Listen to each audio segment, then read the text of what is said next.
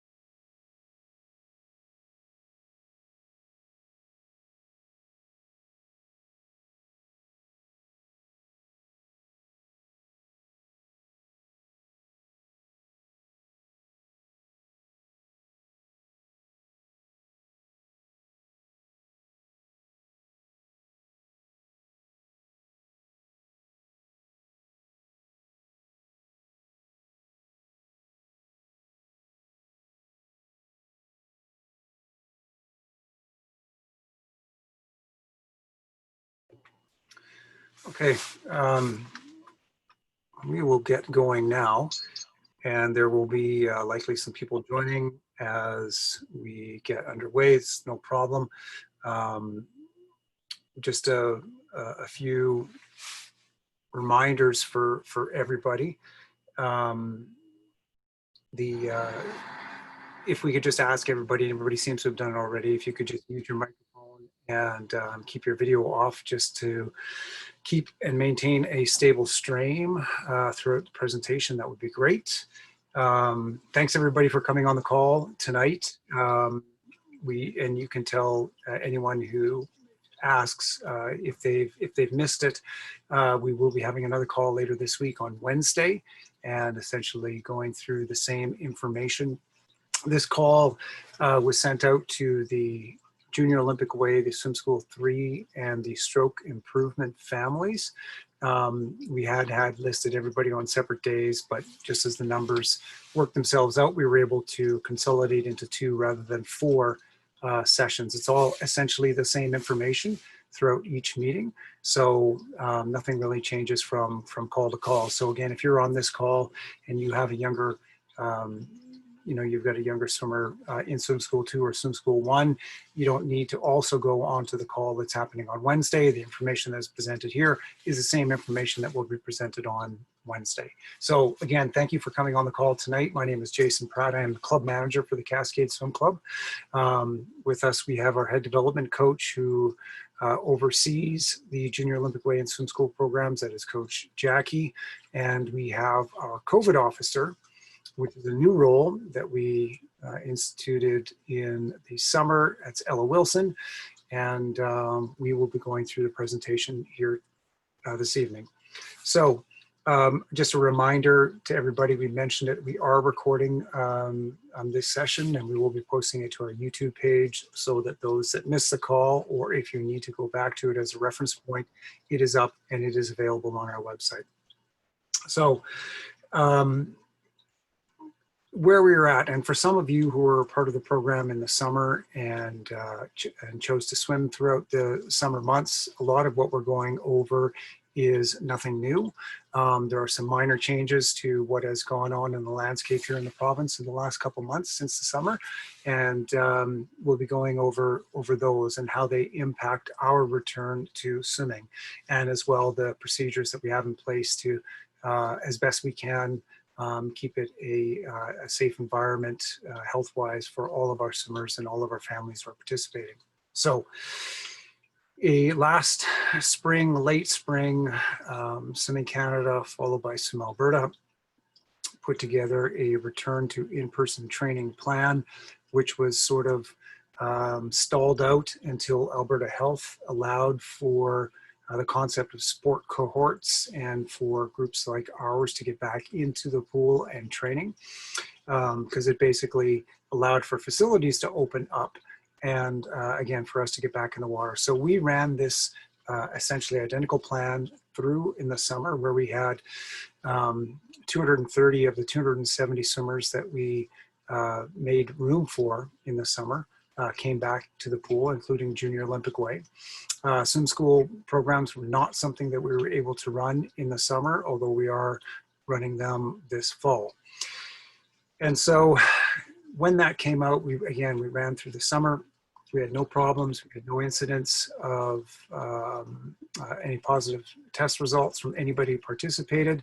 And all of the measures that we put in place worked out great for us in the summer. That all being said, things have certainly changed in the province as more and more of the economy has opened up, more activities have opened up.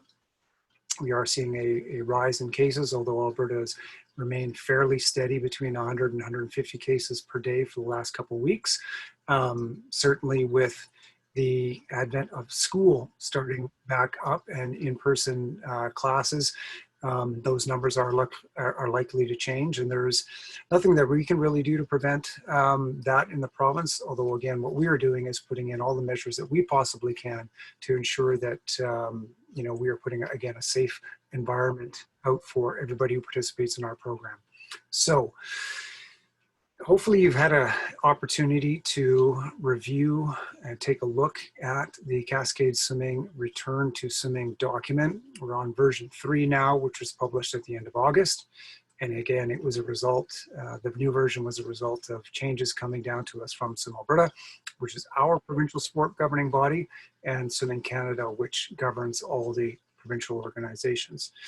So there's two concepts that really everybody needs to be aware of, and they're probably nothing new in terms of the terms that we're using, but they are sport cohorts and performance cohorts.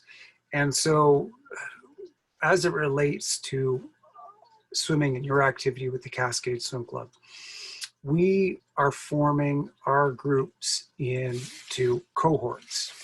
And so what that means is that by Alberta Health guidelines, once you're inside a sport cohort, the physical distancing measures and the PPE measures don't necessarily have to be in place. Now, that is not the way that we operate them. The distancing and the PPE don't have to be in place. We still operate that way. It's just that we technically don't have to because we are a sport cohort. Now, if you've read through the guidelines, you'll see that, and we'll get into some of the specifics here, and as we talk about the pools getting in and getting out, we are still asking that swimmers, and obviously parents who come with them, sorry, somebody was just speaking, but swimmers who come to the pool, they are coming to the facility and they're in appropriate face covering, as are the parents. The city bylaw still applies when you're inside of the building, whether that is Canyon Meadows or whether that is Seton, that you're wearing a face covering. And our athletes, if you've again read the document, will be asked to keep those face coverings on until the moment in which their coach asks them to get in the pool. And so that again is at any one of the facilities that we're at. The other thing that we need to be aware of as it comes to sport cohorts, and again, we don't have to operate with the distancing, we don't have to operate with the face coverings, but we do as best we can and whenever the situation allows. That being said, there will be likely moments when your swimmer is interacting as a part of their group, when they will get within that 2-meter distance, when they're in the pool, when they're at the wall, when they're getting out of the pool. Those type of moments, it's nearly impossible to stay 2 meters apart. Every opportunity that we can to ensure that 2 meters, we will, but as a cohort, we don't have to. And again, there are situations where they will be inside that 2-meter distance. So that being said, when you are with Cascade, you are swimming as a part of a sporting cohort, and you are only allowed, according to our return to swim guidelines, according to the Swim Alberta return to swim guidelines, only allowed to be a part of one sporting cohort.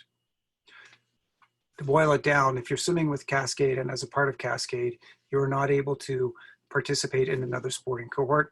You're not able to participate in another performance cohort, such as you know, a musical group or a band or a choir or something else that is operating under Alberta Health cohort guidelines. And again, that's something that we've put out and tried to make very clear to everybody. And for clarification here, this is exactly how we're operating. And with that, we'll sort of segue into our COVID officer and just allow Ella to speak a little bit to the point around some of the subtle differences between other groups and how they operate and how that could potentially impact being a part of Cascade and the Cascade cohort program that your swimmers will be a part of. Thanks, Jason. Hi, everyone. Just to add to what Jason said with regards to sport cohorts, we Cascade are running our groups as cohorts, and just as Swim Alberta has mandated that you must only join one sport cohort at a time, and there are different scenarios, particularly in this age group, where you might be, your child might be in a class, a once-a-week class, such as a piano class or a ballet class or gymnastics class that's cohort friendly, or skating camp. There are those scenarios that we take a look at case by case. If you have any questions, please feel free to drop me a line. And those would be cohort friendly scenarios, as long as you are participating in something in which they are promoting, in which the class is where your child is distanced from someone else, the 2 meters, whereas we are not. Again, so we look at that as a case-by-case scenario and certain classes that you take, but those would be some of the situations in which you can participate in another activity outside of our sport, but not something such as a hockey team or a ringette team or a choir, such as that, because those are considered as non-distance cohorts.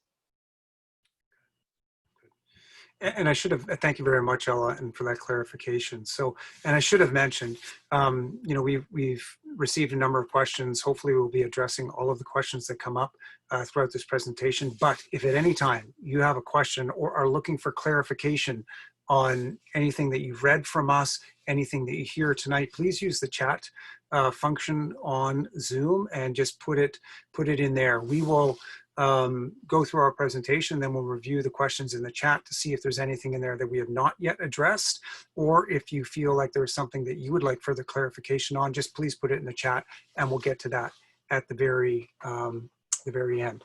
So there are some subtle differences between the way that things work at Canyon Meadows and at Seton. And we do have swimmers here that will be both both these programs are working at Canyon Meadows, Swim School 3, and at Seton, Swim School 3 as well, or JOW, Stroke Improvement, is at Canyon Meadows. But Coach Jackie, would you like to address some of those differences that we'll see at the facility, or we can do that here as part of the general presentation? Yeah, for sure. And actually tonight was our first day at Canyon Meadows. We had some of our competitive groups in, and it was really good to be there and kind of figure out the logistics of how it's all going to run. And I would say that it went really well. The pool's ready for us, and so here's just a couple of suggestions. Essentially at Canyon Meadows, they have directional arrows, and you will enter the building through the normal front doors that you have always come in. And as you probably read in some notes, we were expecting all swimmers to arrive with their swimsuit on under their clothes. And so they will, one at a time, or sorry, two at a time. There's 2 showers in the family change room hallway. And we'll send the kids 2 at a time to quickly take the clothes off, put them in their bag, shower, and head out to the pool deck where the coaches will meet them there. So what we did tonight was the kids had masks on. They went and showered. Some of them showered with their masks on. We didn't expect them to do that, but take the mask off, have a shower, put the mask back on, and grab your bag and head out to the pool. Now, if there will be coaches along the hallway directing you and kind of guiding everyone, so it's not too crowded. But I guess important things to remember would be keep things really simple, so it's easy for them to get undressed. Some of the kids had a lot of clothes on today, and it was taking them some time to get down to their suit. And like if you have a pair of Crocs, that's easier to kick on and off, like anything that will speed up the process of us getting out to the pool deck, and vice versa when we're leaving, the same thing. So the pool, we really need to transition quickly. And I understand that some of the kids are really young and parents will be there with them, and that's fine. We just need, as best we can, keep the hallway, moving, and keep the kids. Tonight, when we went into the shower, we left the doors open to the family change room, so no one was to go and shut the door and take their time. The doors were left open, and it was in and out, and then the next one came in and out, shower, and out onto the deck. Now, once they get to the pool deck, they'll get together with their coach, and then they will put their bags up against the wall, take off their mask, and then they'll begin their swim practice. Once they're finished swimming, they can change in the change room, but they cannot shower. And so it's, again, as quick as they can out of the pool, grab the bag, go to the change room, and you can change after swimming and exit out the emergency, sorry about the dog, the emergency exit that faces the parking lot. So it's kind of up the first set of stairs as if you're going to the viewing gallery at Canyon Meadows. You go up the first flight of stairs, and the door is there facing the parking lot. That's where they want everyone to go out. So again, they're allowing people to watch. Anyone in the building must be wearing a mask at all times in the stands. If you choose to watch, again, we're really stressing, if you don't have to be there, please don't stay, because the more crowded the gallery gets, they're probably gonna have to ask us to thin it down. And we don't want to get into a situation where, I know for some of the younger kids, for sure, they want to see mom or dad in the stands, and we'd like to be able to have that happen. But we have to really be as best we can. I mean, I guess if you don't have to stay, I would encourage you not to stay. Go for a walk, or while the weather's still decent, wait in the car. I'm not sure. Some of the classes are only 30 minutes long, so you will be able to come back in and meet them in the change room, get them changed, and back out the exit. Did you want me to go over Seton 2, Jake, or? Just before we get to Seton, just to explain to people about the gallery. And so the gallery and upstairs at Canyon Meadows, if that's the pool in which your swimmer is at, they are allowing spectators, but there is a maximum number of people that can be in that spectator gallery, and we have to self-police that. And so really, I guess we're asking for your help in that. There can only be 16 people maximum in that gallery. And it's really up to those that are in the gallery to, they're not marking out spots in the gallery in terms of distancing. They're expecting that if you're there, you understand what those distancing measures are, and that you are situating yourself at least 2 meters away from the person beside you on either side, and that there are only 16 people up in the gallery. And so again, as Coach Jackie said, if you don't have to be there at this time, we would ask that you're not. If you do, and it's not a problem, you have to understand that there is a maximum number of people up there. It is 16. So in the case that you'd like to be there, it really should, it can only be one parent per swimmer up in the gallery.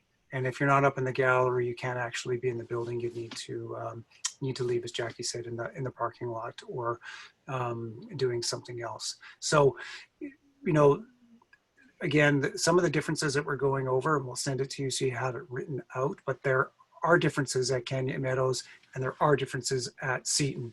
And so, Jackie, maybe if you'd like to go over some of those differences at Seton now. Sure.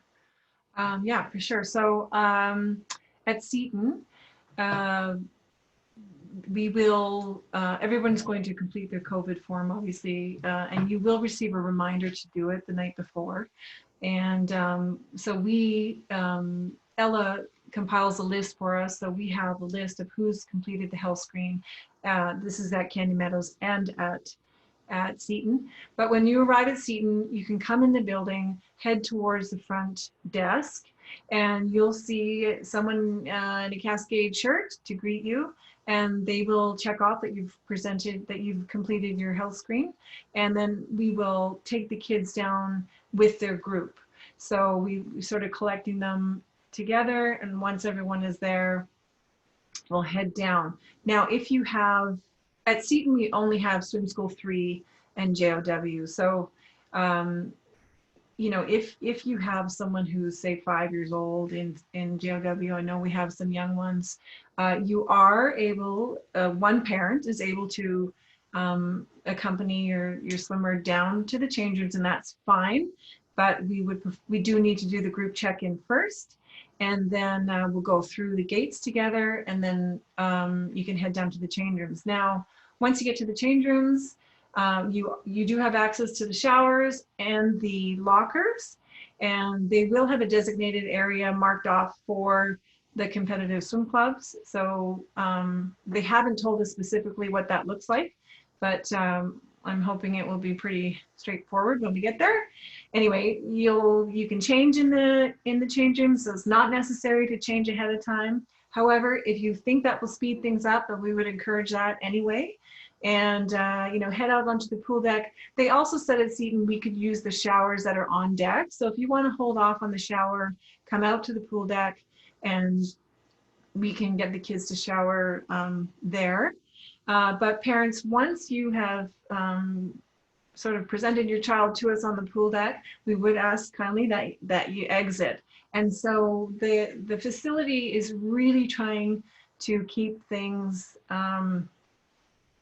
quiet in the building. So as soon as you drop off your swimmer, they've suggested you either go to the library, go for a walk, go sit in the car, you can go to the coffee shop, but there is absolutely no viewing. So you cannot, the doors are locked to access the viewing area. You can't view from the pool deck, and they don't even want us up against the glass trying to look down.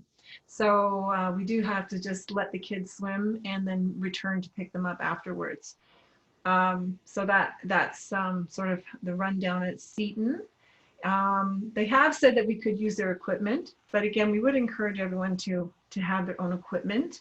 If you have any questions about what equipment they need, just let us know. We can go over that. But the equipment lists are also listed under the various groups. Anything else, Jake, that you can think of for Seton? Does anybody have any questions? Maybe we should answer questions about enter and exit. Please feel free. Yeah. So, you know, again, if you do have questions as they come up, put them in, and then we'll get to them if we don't address it. But one of the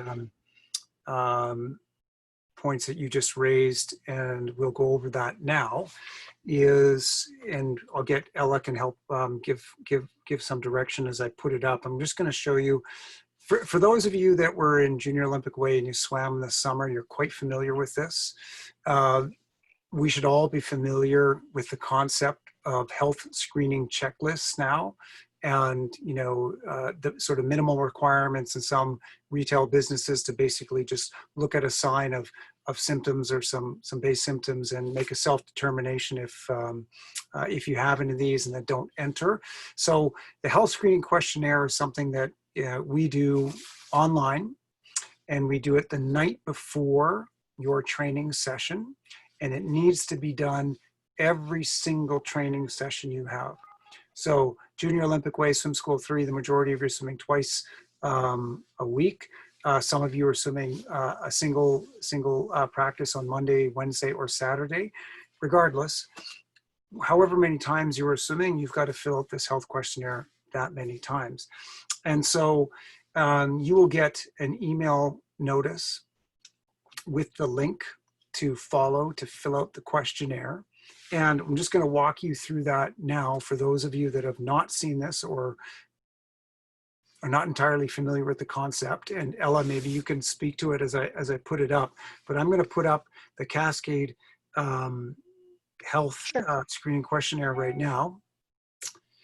And so if you want to go and you want to see it in advance of getting the link, or if you've not seen it already, it is on the Cascade webpage.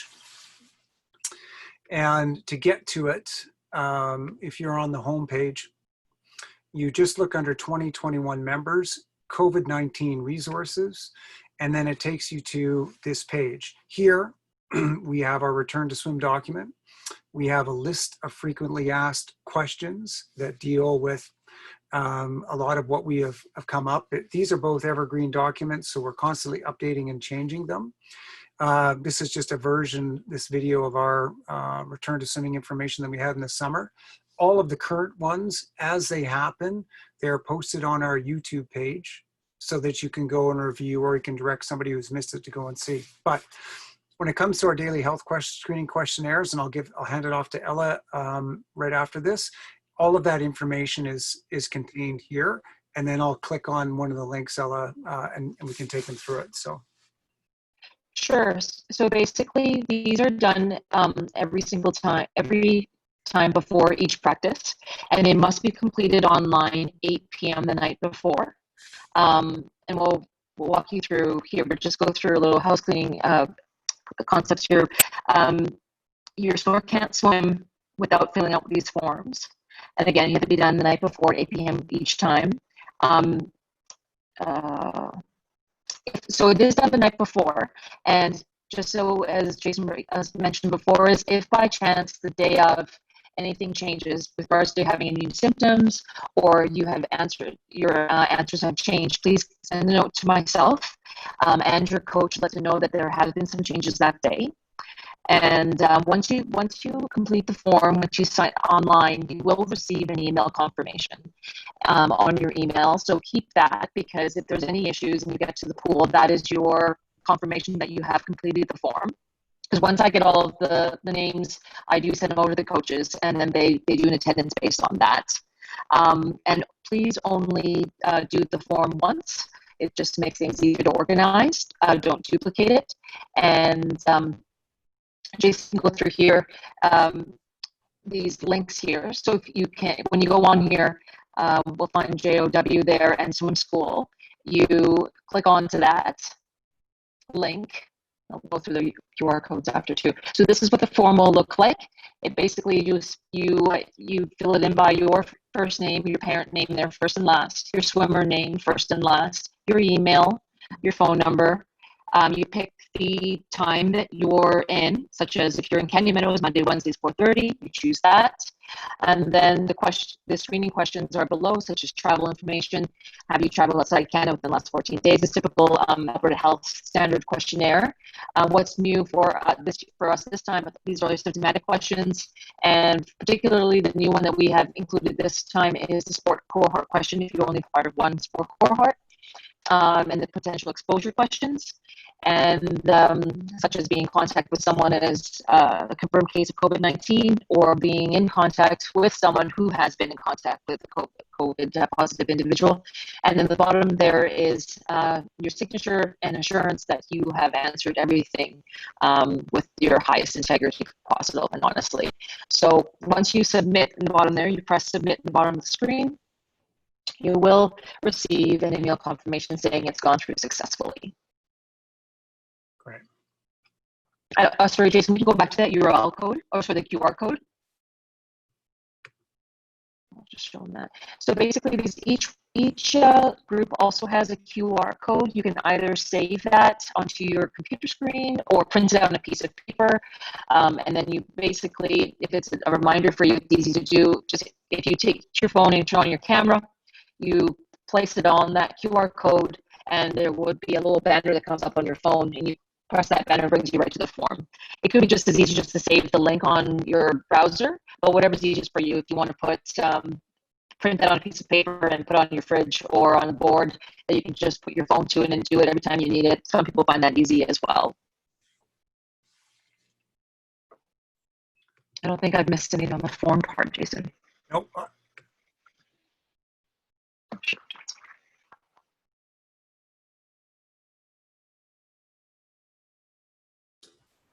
You're muted, Jake. I'm a Zoom rookie after 6 months still. Sorry, I was just saying that for us, we found it simple. As an example, we just had to print it out. It was sitting on the fridge. After dinner, everybody just scanned their phone, did their screening questionnaires the night before, and it was there as an example on the fridge for everybody to see as a reminder. You got to do this the night before. So it is relatively simple and straightforward. And once you get in the habit, it'll become sort of second nature. There will be a COVID marshal, which is just one of the coaches who will be greeting you as you come in Canyon Meadows, or greeting you at Seton, that will ensure you have done this. You cannot go down and participate in practice if you have not done the screening questionnaire. So, his best habit is to do it the night before. Worst case scenario, we're finding a way for you to do it when you're at the pool, and you'll just have to scan that code and get that done. But we cannot let anybody swim who has not filled out this form. It's just important to remember that. And it's really because we are under Alberta Health guidelines, and we cannot let you participate in what we are doing unless we're following those guidelines, which is ensure you're doing this questionnaire prior to getting into practice. So that is the reason why it is done. We hold that information and then destroy it after 2 weeks. At Seton, we do have to provide screening information and contact information. The contact information is recorded as a part of the screening health questionnaire. We have to provide that to the facility every time that we are going. But our other facilities, we're just keeping that information for them in the event that we have to provide that to them and get it to Alberta Health so that they can do their contact tracing and get a hold of everybody at that point. So we've had these questions about, what is it that happens in the event that there is a positive test.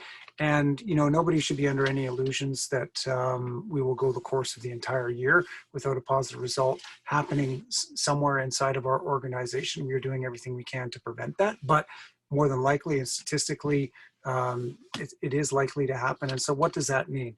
Well, just like schools are learning, we are learning how we would go about this and how we would handle that.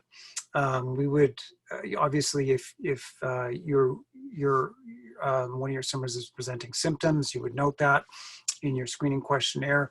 If you you would be getting a hold of Ella as our COVID officer and letting her know the particular situation that you're finding yourself in. And then we would be in touch with Alberta Health as to sort of next steps. The cohorts that you'll be participating in are fairly small. If you're part of the swim school, your cohort, and Coach Jackie can jump in if I'm throwing the numbers out that are incorrect, but it's about, between 12 and 20 people in the time slot that you are in will be your cohort. If you're in swim school 3, your practice group may have a max of 5 people, but the other people in the pool at the same time also form a part of your cohort group. So if we end up having a positive test and positive symptoms shown, all of that information goes to Alberta Health. They would give us our next steps and contact us and contact you in terms of what the next process is. So, it could be that your swimmer needs to come out of the pool for 2 weeks.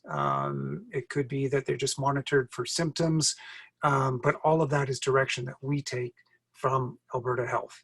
And Ella, feel free to jump in if I've missed anything in particular in terms of how that would roll out if there were a positive case or a symptomatic case.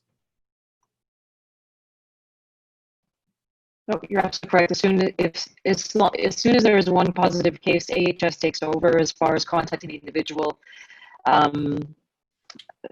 Any person that's been in contact with that individual, and they'll be contacted directly, and they'll let us know as well. Okay. I'll just mention, I know many of you have been with our program for a long time, but we might have some new people on the call. And just so you know, the Swim School 1 groups are a maximum group of 3. So it's 3 kids and 1 coach. Swim School 2 is 4 swimmers to 1 coach. And Swim School 3, like Jason said, is 5 swimmers to 1 coach. Our JOW groups normally can take more swimmers per lane. The JOW coaches primarily coach from the pool deck, and if they need to demonstrate something, then the swimmers and the coach will swap places.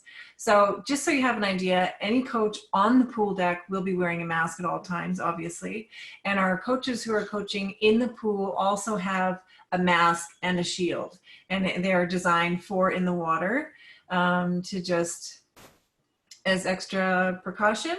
And we will also arrange the pool in a way so that, for example, maybe Swim School 1 at 4:15 will start at this end of the pool, and in the next lane, the Swim School class Swim School 2 will start in the second lane at the other end. So there's space between the groups. So even though when Jason mentions the entire, the cohort is the number of kids who fill the pool at any one time. However, we are going to do our best to say this Swim School 1 group is going to stick together in their lane, and we feel confident that it should work pretty well. Seton is a whole other story. The lanes are twice as wide and the kids have lots of room. So I'm really not concerned about Seton and anyone getting too close to other groups.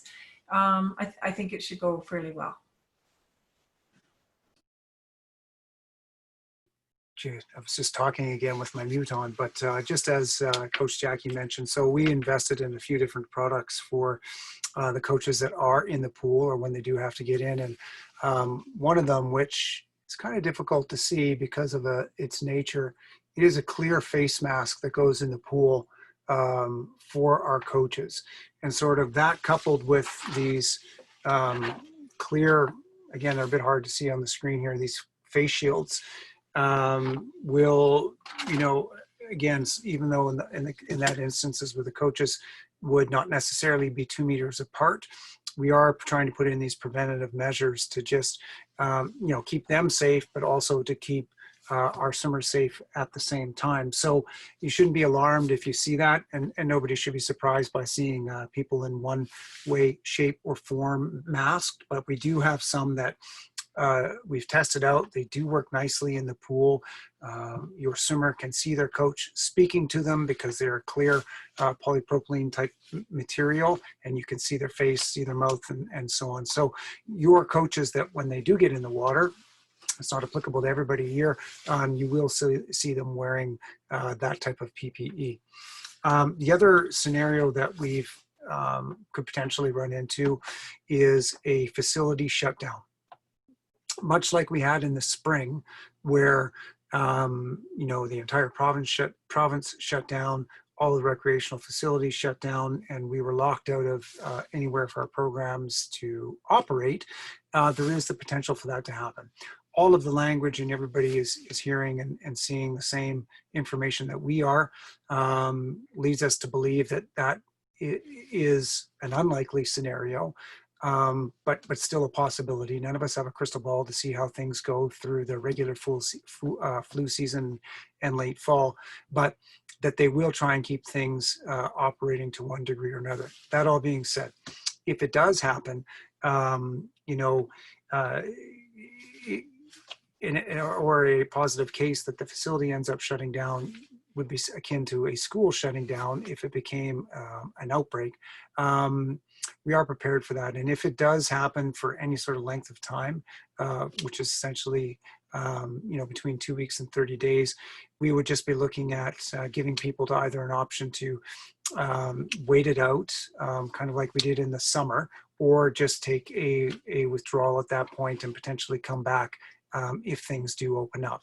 In the summer, we kind of lost out on essentially 3 months of training or 3 months of programming, of which we were able to bring back 2. Now, I believe that the summer in that scenario from March through to August was sort of obviously an extreme case of what could happen. We don't think it would get to like that, but you know, just in case we are, that would be the option, to kind of wait it out or just withdraw at that time and come back as the program opens up again. So there are a few steps remaining for everybody before you can get back into the pool. One, and I don't think that we have too many people on the call right now that have not yet registered. Potentially we do, because this information was sent out to all of last year's recipients, but you have to obviously register with the club. We then turn around and register you with Swim Alberta and Swimming Canada. If you are a participant in the programs in the summer, you had to sign a waiver and a liability form and a waiver of risk document with Swim Alberta. That is all a part of your online registration. In the summer, it was a separate piece for those of you who did the summer. Now, you registered with us, we register with you with Swimming Canada and Swim Alberta. You get a link to click on, to follow through, verify your information, and do that assumption of risk and liability waiver, all done at the same place. So that needs to be done. We will be sending those links out to everybody starting on Wednesday to all of our swim school and JOW families. If your swimmers have older siblings, they may have already gotten it as a part of the regular competitive programs, but we will be sending that out to you starting on Wednesday, if not sooner. And we just need you to take care of that piece, which is following the link, first of all, looking for the email registrations@swimming.ca coming on Wednesday, clicking on it, following the link, verifying all your contact information, signing off on your waiver of risk and liability form with Swim Alberta, and then you know, your registration is essentially complete, and programming starts next Monday, the 21st of September. So that, and if Jackie or Ella, if we've missed anything or gone over something that maybe needs clarification, feel free to jump in. But that is all of the information that we had to present to you. And we'll just look and take a look at the questions that have popped up and see if there's anything that needs some further explanation.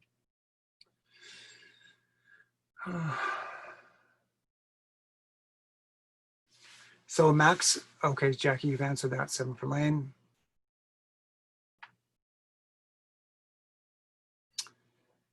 The question regarding change rooms. Shower at Seton. Like Seton's locker rooms are open, so you're going to be able to shower after practice and change. Again, you know, we would continue to encourage everyone, like if you don't have to shower, if you can just dry off, get changed, and exit the building as quickly as possible. It just makes it much simpler for the facility to keep the numbers down of people floating around the change room. So yes, there are showers available at Seton. And like I said, we will shower on the way in, out to the pool deck, the kids are going to be allowed to shower on the pool deck. So at Seton. Yeah. And just for clarification, that at Canyon Meadows, you will be able to change in the men's and ladies change room, just no showering, it's change and go. Yeah. And we will send that, and as a reminder to you, some of those differences that go on between Canyon Meadows and Seton. And for those of you that have swimmers that are also in programs that work out of the Repsol Sports Center, the ingress, egress, and the locker rooms are also different there. So a lot of that, whether it's shower use, locker room use, how you get in and out of the building, is different and dependent on the facility in which we are at. So we will offer those clarifications before you get there next week. Ella, oh, you answered the question. Yes, there was one that came up regarding switching cohorts. And so yes, it is a 2-week window of time between moving from, let's say your soccer season is just wrapping up, but you're looking to continue on with JOW. You are required to wait a 2-week period before you leave from one sporting or performance cohort and move into another. Okay, so moving between cohorts, whether it's coming or it's going, and different sports have different rules. Ours from Swim Alberta says that if you're moving from another sporting cohort, again, or performance cohort, regardless of what it is, there's a 2-week window of time between that one and ours. Okay. The stroke improvement does swim at Canyon Meadows. So they swim Mondays and Fridays from 6 to 7 p.m.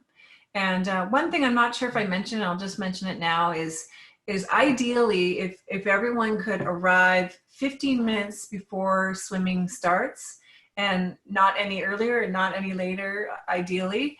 This is a perfect amount of time to get them in, check them off, shower, and get onto the pool deck and hopefully start the class on time. You know, today was kind of a test, like I said, and all of the kids that swam tonight at Canyon Meadows were able to change quickly afterwards, and were out of the building within 10 minutes. It was pretty good. But the question about the stroke improvement, those are the days that they swim, Mondays and Fridays from 6 to 7. Yeah, and so there's 2 questions here, one regarding swim meets. And so, yes, there will be swim meets. And if you participated in our summer program, sorry, let's just reframe that. The continuation of our regular program that ran through the summer, we did stand the kids up and we did run some internal time trial events for the swimmers. And, you know, what exactly that looks like in the fall, we don't know yet. We do know that roughly we will internally, if nothing else, be having our swimmers compete on the same schedule that they did last season. So that means that come early mid-October, your swimmers, if nothing else, will be doing an internal JOW type time trial / swim meet. We still can't cross cohorts yet. We still can't invite other clubs to participate, but your swimmers will be doing something on their own. Then they would be doing something in November, and they would be doing something in December, and then picking up again in the new year. What exactly and how soon that will change and getting back to regular style swim meets, we don't have no answer on that. We are working with Swim Alberta. They are putting together various models for virtual swim meets, which we're, you know, all of our coaching staff is participating in and helping, but we don't know exactly what that will look like. You'll have to stay tuned for that one. There's a question about moving from Swim School 3 to JOW as an example. There would, some of that, and if you, let's say as an example, are in Swim School 3, but very soon we say, well, she really does belong in JOW. Because JOW is happening at the same time, on the same day as Swim School 3, as an example, at the same pool, as long as there's room, because that entire block of time is considered a cohort, the shift would be fairly easy. And there wouldn't necessarily be a 14-day window that you would have to wait. If, as an example, you were doing swim school 3, let's say it's at Canyon Meadows, but for whatever reason, you couldn't make the time for JOW on the days that were available, potentially there would be a window of time that you would have to wait before you could move to that group. But we would work with you and try and ensure that to minimize that however we can. And so as long as you could shift over to the JOW that's happening at the same time at the same pool, because that's your cohort, there wouldn't necessarily be a 14-day wait window.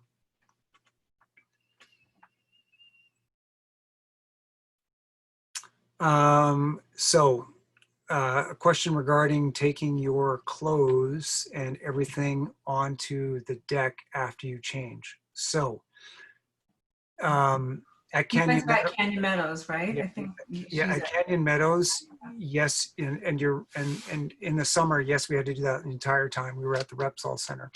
At Canyon Meadows, yes, that is the way that it works.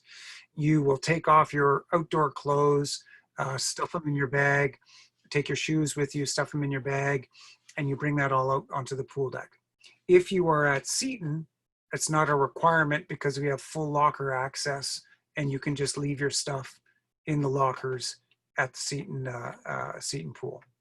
So the answer of your question is dependent on which facility it's at. And it looks like it is. So I thought she is at Canyon Meadows. And I think that, and just, you know, I'm glad you brought it up because I'll just remind you one more time, like the simpler we can undress the kids. In fact, today the kids were lined up in the lobby and we were asking them to peel their coat off and put their shoes in their hands just so when they got to the door to shower, they were ready to get in the shower. And so this is where parents, we really need your help getting the kids ready. But yes, and actually getting everything in the bag, the simpler we can make it and the less they have to pack and the less changing and whatnot, the quicker and easier it will be. And then we can start practice on time. That's the goal. Yeah. Yeah. And so that's great. And those have been great questions. And, you know, understand that being at, you know, we have a bit of experience of how this all works and how it runs at Repsol, which we ran for, you know, through July and through August, but slightly different rules and expectations at Seton and at Canyon Meadows. So it's a bit of a learning for us too, although Coach Jackie was there tonight. And so we've seen how it runs. And, you know, one of the things that we've been telling all of our other groups is that all of this information is out, and this is the way that we're operating today. Everyone knows full well that that could change and could change in very, very quick order. But, and, you know, it's been a lot of 11th hour information that has come to us in terms of our allocations at Canyon Meadows, our allocations at Seton. Didn't happen till the very end of August, beginning of September. We weren't even sure that we were going to be able to run any swim school programs up until that last week in August. And so, you know, and that's just, you know, the facilities have had their challenges in terms of making it work inside of this new reality that is living with COVID and getting their staff back and getting everybody trained up. So, you know, we, again, as we said from the outset, we ran it and it ran very well in the summer. And that was really all credit to a lot of work on behalf of the staff, but really the parents working with our swimmers and ensuring they understood what the expectations were, everybody buying into what we were doing and following all of the guidelines and rules that were put out. And so it's just something that we'll have to make sure that everybody continues that, you know, here and into the fall. So there's a question about a positive test result and having to be out of the pool. And do those classes get made up? The answer is no. If your swimmer tests positive and they have to sit out and isolate or quarantine for 14 days by Alberta Health direction, there won't be any makeup classes for your swimmer. And there's no refund either if that ends up happening.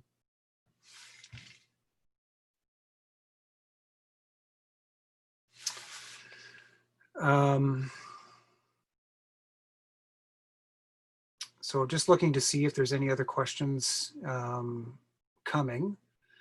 And I'm not seeing too many, but we still have a couple minutes. We're just trying to keep it to that hour and respect everybody's time, and appreciate that, you know, those that are here were able to accommodate us when we made the change to 7:30. That was because we had Coach Jackie at the pool, and we wanted to see how that first day at Canyon Meadows was going to go, so that she was able to get back and have a little bit of an update and report for us. So thank you for accommodating.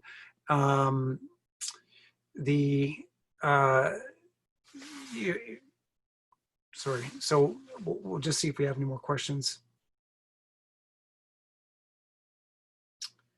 Yeah, again,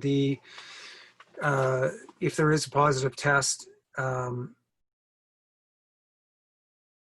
sorry. Yeah, unfortunately, no. The question is, if we do have to, if the swimmers are asked to quarantine by Alberta Health, that's not really anything that we can control, and so we don't have the ability to do makeup classes or to bring them to another group or another time or another day to make that class up. And so whether it's one swimmer or in terms of the a group having to come out with the lane, you know, we just don't have that ability to make that up on the spot. Things could potentially change if Alberta Health rules change, but at the moment, that's something that we won't be able to accommodate. So a question regarding a performance group. If you've got those specific questions, like if you're involved in something else, potentially it's operating as cohort friendly or not in a cohort, but something like that, a question from Yvonne, I would, you know, send the particulars and that information to Ella, and we could help you with that. And, you know, for sure, if you've found yourself in, you know, two different programs that conflict with each other, and that's a change that you need to make before we start on Monday, you know, we can work with you on that. But let's just get an answer for you before we start the program if it is a conflict that you find yourself in. And that would just be email directly to cascade.covid19@gmail.com, and that's Ella's email. It's at the top of the chat, and we can help answer that question for you if you are in a conflict with another sport or performance group. Ella, so just a question about multiple swimmers in a family showing symptoms, and we've talked about that. Ella, would you be able to maybe answer Christy's question here for her at the bottom? Sure, I can. So the question is, if I have two children swimming and only one shows a symptom, for example, a runny nose, do they sit out for swimming? So specifically, that particular symptom would be a group A symptom if you were to go through a self-assessment through Alberta Health. So that symptom they would request you to, or it would be recommended that you go get a COVID test for that symptom. And what our policy is currently is, if you have one child that is going to get a test, we would ask that you would get all siblings involved in that are swimming to get a test as well, and both would not be swimming until a negative test would come back. Yeah. And so the testing and the turnaround on testing has been fairly quick. I mean, it's getting to within, I believe, Ella, and correct me if I'm wrong, it's within, I think, 2 days. And obviously that fluctuates. That's right. But, you know, testing is fairly quickly. And if you've set yourself up, and we sent out that information, the My Alberta Digital ID account, you can get those results as soon as they are available to your doctor, so that you get them at the same time and you can log in and see your test results. But if you have a swimmer that's presenting with symptoms, and as Ella described, depending on that particular symptom, Alberta Health may say, go get a test. Your other sibling involved in what we were doing would need to wait until you've got test results back. The simplest thing is to go and get them both tested, and then, you know, and see 2 negative results, and then it's a non-issue once you have that. So.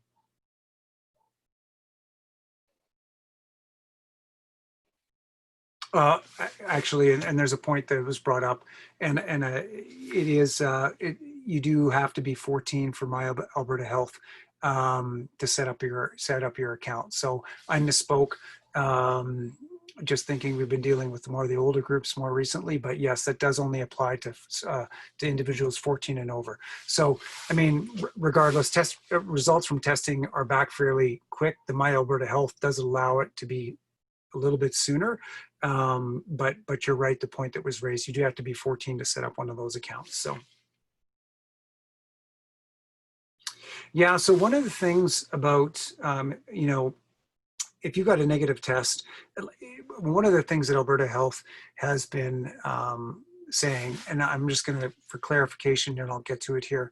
Well, before I even get to the negative test result, if your child is showing any symptoms of illness, they should not be at the pool. If your child is showing any flu, any version of the flu, they should not be at the pool. Whether it's a pandemic or not, if they have these symptoms of illness, you should not bring them to the pool. Full stop. No sick, no swim, no time ever. Now that all being said, some of these symptoms are, you know, relative to your baseline health. So if your swimmer, as an example, is prone to headaches that are a result of the constant Chinooks that we get here in Calgary, that symptom, that regular symptom that is a part of their normal day-to-day baseline health, does not necessarily mean that you cannot go to the pool. Because for them to get headaches, as an example, every time we get a Chinook, you know, that is something that you can talk to our COVID officer about, but that is their normal baseline health. And, you know, so getting a headache is not unusual for them when their Chinook comes. So that wouldn't necessarily mean that you have to sit out. But any coughing, any sneezing, any, you know, postnasal drip and those types of things that are not a part of your regular health, and when you're presenting with those symptoms, then no, you cannot be at the pool, and you have to put that on your daily health questionnaire.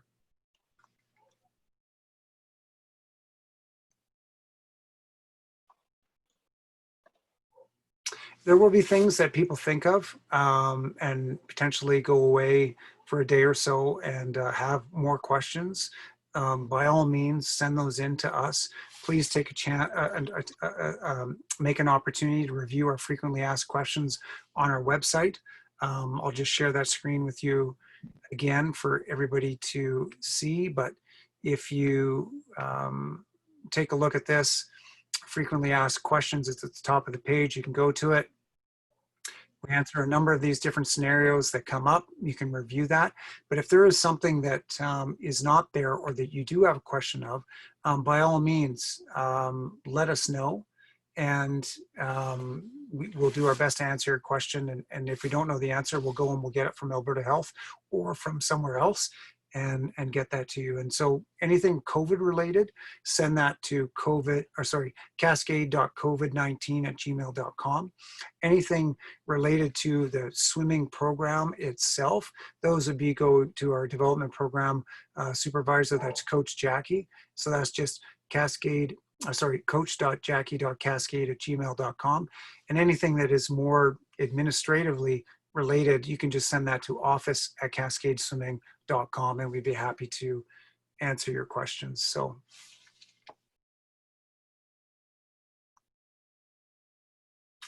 again, so we've just gone just to the hour now, and I haven't seen any new questions come up in the last 2 minutes. So if anything does come up, again, we give you that information as to who to get a hold of.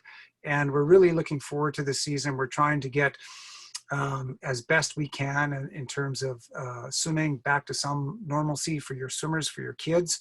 And we're really looking forward to seeing them all back in the water and having a great season. It's going to be a different season, expect the unexpected with it.